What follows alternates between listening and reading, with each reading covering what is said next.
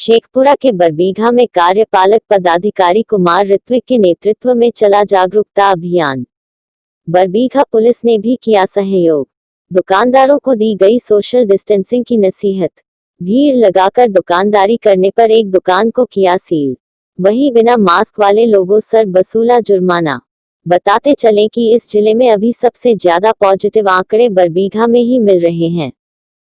आज भी बरबीघा रेफरल अस्पताल में हुए 228 संदिग्धों की जांच में 24 कोरोना पॉजिटिव मरीज मिले हैं, जो आने वाले खतरे का इशारा दे रहा है।